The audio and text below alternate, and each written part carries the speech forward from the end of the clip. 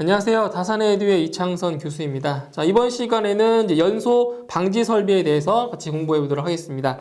자, 먼저 연소 방지 설비라고 하는 것은 지하구의 연소 방지를 위하여 연소 방지 설비 전용 헤드나 스프링클러 헤드를 천장 또는 벽면에 설치하여 지하구의 화재를 방지하는 설비가 바로 연소 방지 설비입니다. 그래서 한마디로 얘기하면 이 연소 방지 설비는 바로 지하구의 화재를 지하구의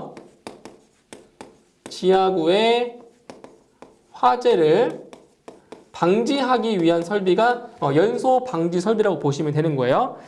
자, 그럼 보시면 이제 구성 요소는 한번 보시고요. 자, 배관 내용 볼게요. 배관. 자, 배관에 대한 내용을 볼게요. 배관. 자, 이제 사용하는 배관은 이제 전용 헤드를 사용하는 경우가 있고요. 그리고 스프링클러 그 헤드를 사용하는 경우가 있는데, 먼저 전용 헤드를 사용하는 경우 볼게요. 전용 헤드. 첫 번째.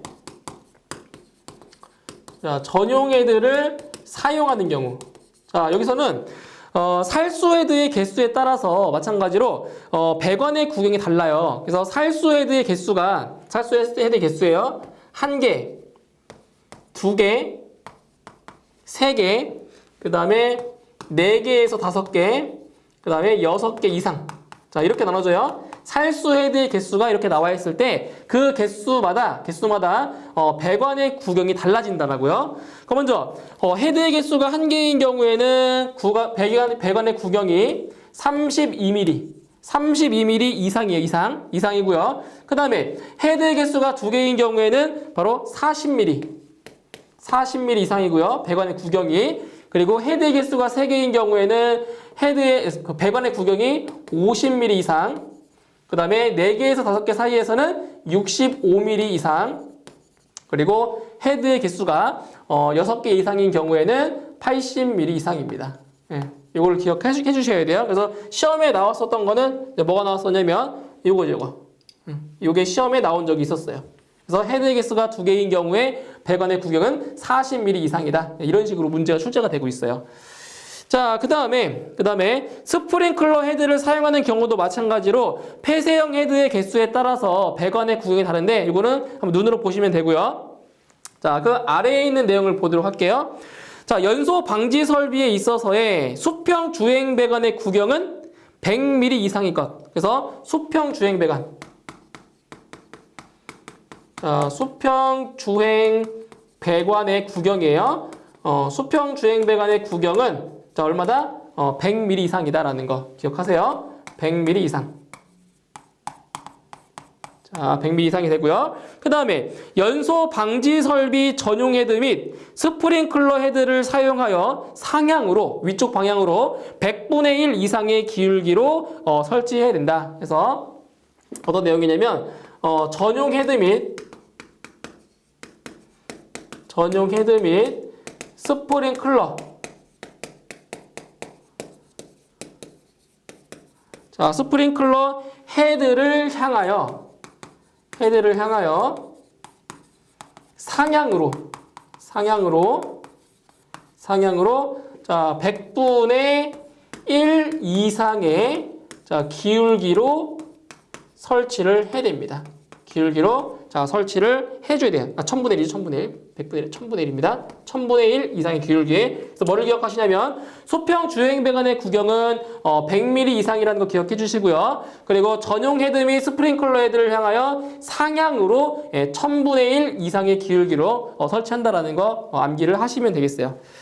자, 그 다음에 방수 헤드의 설치 기준 보도록 할게요. 방수 헤드의 설치 기준이에요. 방수 헤드의 설치 기준.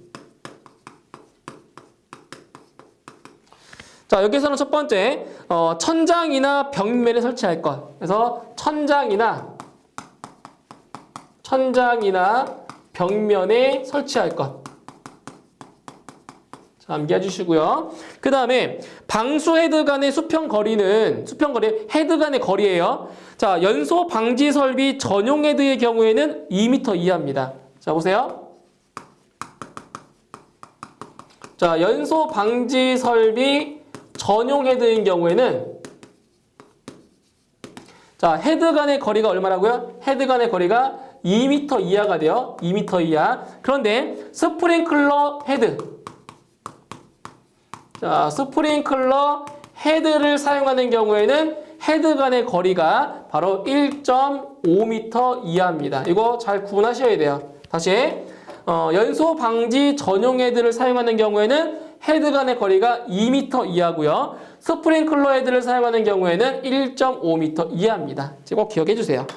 자, 그 다음에 살수구역은 환기구 등을 기준으로 지하구의 길이 방향 350m 이내마다 1개 이상 설치합니다. 그래서 살수구역은 보세요.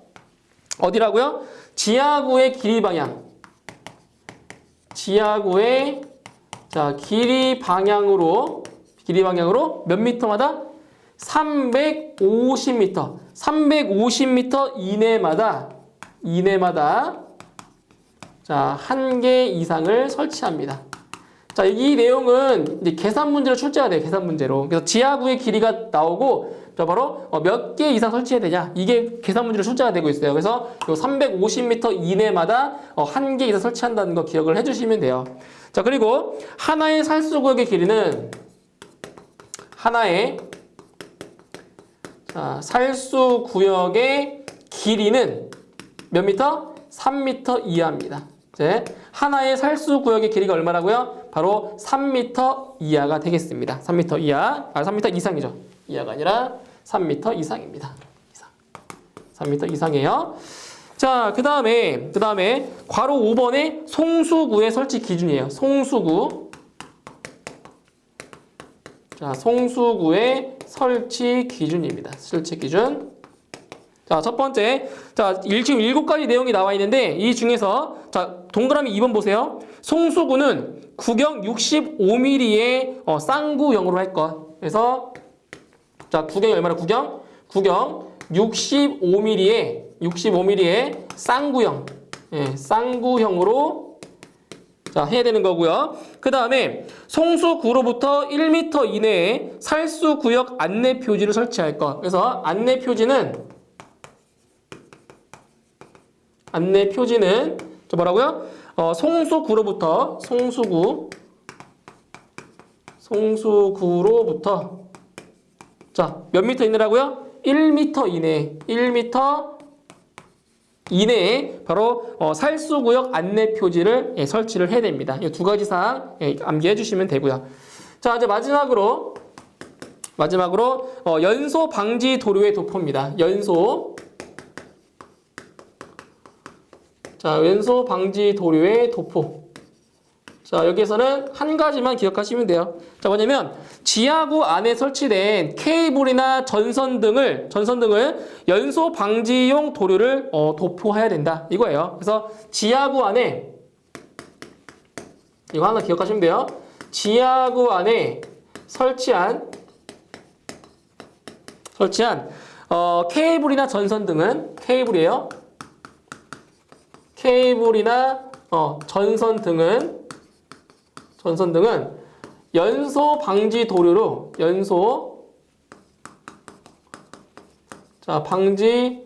도료로 뭐 한다고요? 예, 도포한다. 자, 근데 조건이 있어요. 단 케이블이나 전선 등이 자, 뭘로 되어 있는 경우에 내화 배선. 자, 내화 배선 방법인 경우에는 뭐다? 제외입니다. 제외.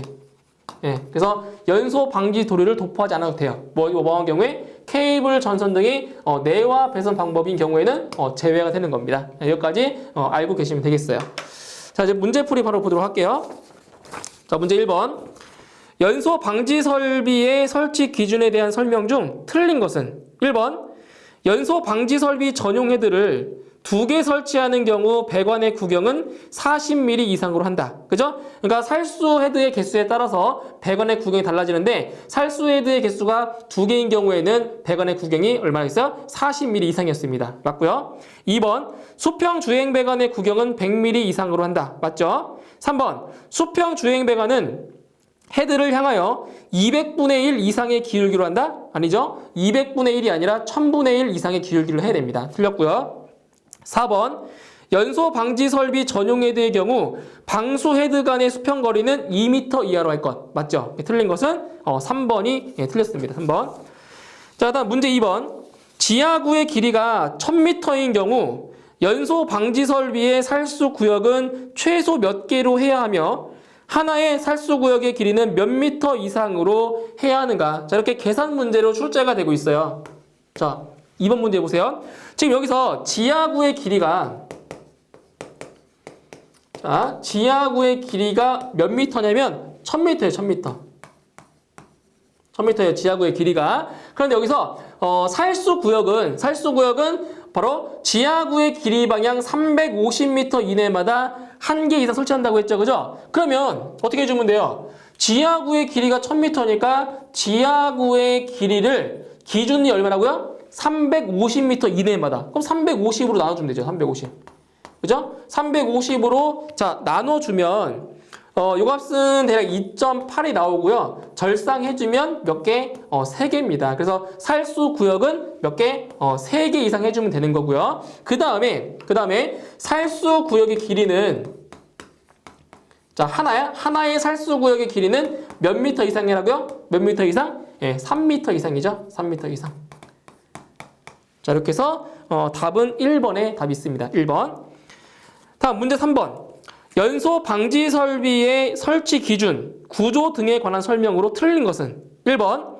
송수구로부터 1m 이내에 살수 구역 안내 표지를 설치할 것. 맞고요. 2번. 송수구는 구경 65mm의 쌍구형으로 설치할 것. 맞죠? 3번. 지하구 안에 설치된 내화 배선, 케이블 등에는 연소 방지용 도료를 도포할 것. 자, 아니죠? 내화 배선이 아니라 뭐야 돼요? 내화 배선이 아니라 전선. 케이블이나 전선 같은 경우는 바로 연소 방지용 도료를 도포한 게 맞는 거죠. 그래서 내화 배선이 아니에요. 전선 들어가야 맞아요. 다음 4번. 방수 헤드는 천장 또는 벽면에 설치할 것. 그래서 옳지 않은 것은 3번이 옳지 않습니다. 3번. 다음 문제 4번. 연소 방지 설비 방수 헤드의 설치 기준 중 다음 괄호 안에 알맞은 것은? 자, 이거는 거리를 지금 물어본 거네요. 보세요.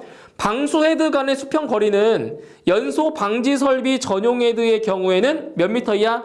몇 미터? 2m 이하가 되고요. 그 다음 스프링클러 헤드의 경우에는 1.5m 이하로 할 것. 그래서 답은 기역에는 2가 들어가고요. 니은에는 1.5가 들어가면 됩니다. 답은 1번이 답이 되겠습니다.